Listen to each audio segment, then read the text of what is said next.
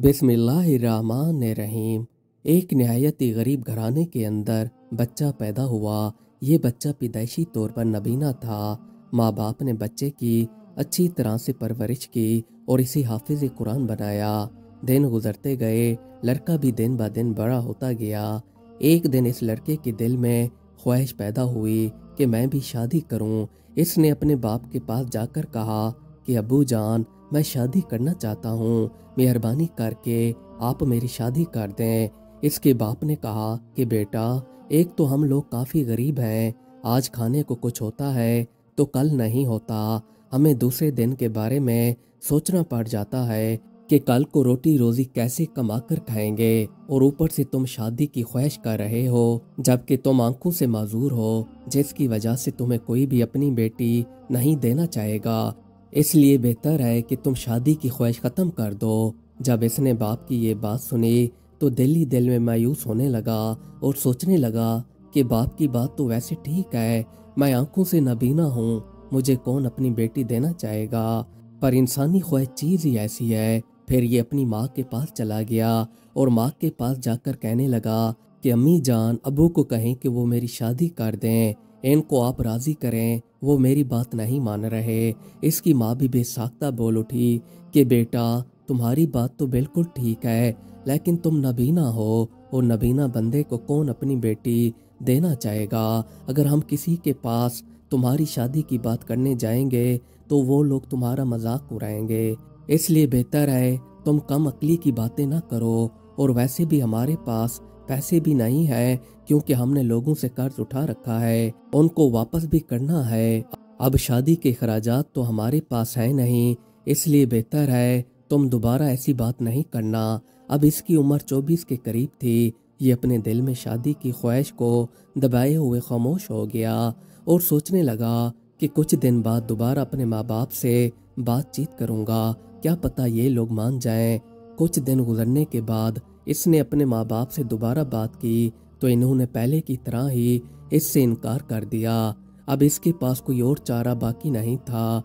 जब दुनिया के सारे दरवाजे बंद हो जाते हैं तो आप घबराएं मत, बस सच्चे दिल से परवरदिगार की तरफ रजू करें। उसका दरवाज़ा बंद नहीं होता, परवरदिगार आपको खाली नहीं भेजते। बस आपका यकीन पक्का और नीयत साफ होनी चाहिए, फिर देखें आपकी मुराद पूरी होती है या नहीं।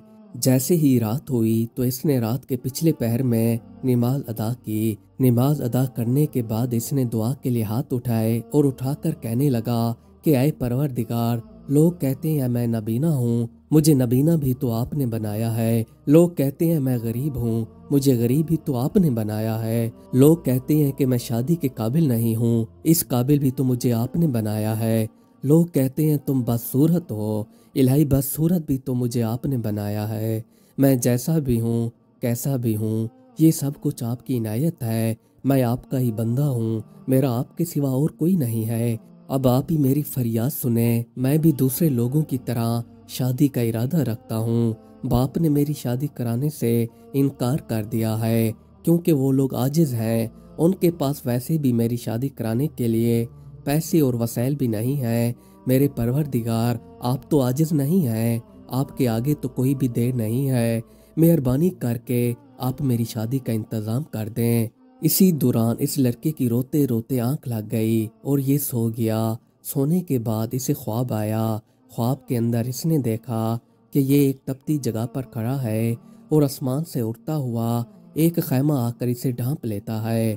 खैमे के ढांपने की वजह से इसे ठंडक और आसूदगी होने लग जाती है। इसी दौरान इसकी आंख खुल जाती है और ये खुश होने लग जाता है। सुबह सवेरे होते ही ये आलिम साहब के पास चला आता है ताकि आलिम साहब से अपने ख्वाब की ताबीर करवा सके। ये आलिम साहब को अपना ख्वाब बयान करता है। आलिम साहब इसका ख्वाब सुनने के बाद इससे फरमाते हैं कि क्या तुम शादीशुदा हो। ये कहता है कि नहीं, मैं शादीशुदा नहीं हूँ। फिर आलिम साहब इससे पूछते हैं कि क्या तुमने रात गिर गिरा कर दुआ मांगी थी। इसने जवाब दिया कि हाँ, मैंने रात रोते रोते दुआ मांगी थी। आलिम साहब इससे पूछते हैं कि तुमने शादी क्यों नहीं की। फिर ये अपनी हालत के बारे में बताता है। कोई भी मुझे अपना रिश्ता देने को तैयार नहीं है, کیونکہ میں نبینا ہوں، اسی وجہ سے کون مجھے اپنی بیٹی دے گا، اور نبینا ہونے کے ساتھ ساتھ میں کافی غریب ہوں۔ پھر عالم صاحب اس سے فرمانے لگتے ہیں کہ اب ایسا نہیں ہوگا، تمہارے لیے دروازے کھل چکے ہیں، تم اپنے خاندان بھر کی اچھی خوبیوں والی لڑکی کا رشتہ بھی مانگو گے تو وہ تمہیں مل جائے گا۔ جاؤ اب جا کر تم اپنے ماں باپ کو جس کے پاس بھی لڑکی کا رشتہ مانگنے کے لیے بھیجو گے تو تمہارا رشتہ ہو جائے گا۔ یہ اسی وقت عالم صاحب کی جگہ سے اٹھا اور اٹھ کر اپنے گھر آ گیا۔ یہاں پر آ کر اس نے اپنے ماں باپ کو بتایا کہ فلاں جگہ پر آپ میرے رشتے کے لیے جا کر بات کریں۔ ماں باپ نے اس کی بات سن کر اس کا مذاق اڑایا اور کہنے لگے کہ ہم نے تمہیں پہلے بھی کہا تھا کہ تمہیں کوئی بھی اپنی بیٹی نہیں دے گا، اور نہ ہی تم ہماری عزت کا جنازہ نکالو، اس سے بہتر ہے تم خاموش ہو جاؤ۔ ماں باپ کا صاف انکار سننے کے بعد اس نے سوچا کہ اب میں خود ہی جا کر اس لڑکی کے والد سے رشتہ مانگتا ہوں۔ پھر اس نے دل باندھا اور باندھ کر سیدھا اس لڑکی کے باپ کے پاس چلا آیا۔ یہاں پر آ کر اس نے دروازہ کھٹکھٹایا تو لڑکی کا باپ آ گیا۔ لڑکے نے دل باندھ کر لڑکی کے باپ سے اپنا مدعا بیان کر دیا۔ جب لڑکی کے باپ نے یہ بات سنی تو یہ خوش ہونے لگا اور اس سے کہنے لگا کہ ہماری بیٹی کے لیے آپ سے اچھا رشتہ اور نہیں مل سکتا، کیونکہ آپ حافظ قرآن ہو اور ساتھ ہی قاری ہو، اس لیے ہمیں کوئی اعتراض نہیں ہے، پر مسئلہ یہ ہے میں پہلے اپنی بیٹی کی رضامندی پوچھوں گا، اگر وہ راضی ہو جائے گی تو پھر میں آپ کے ساتھ اس کی شادی کرنے کے لیے تیار ہوں۔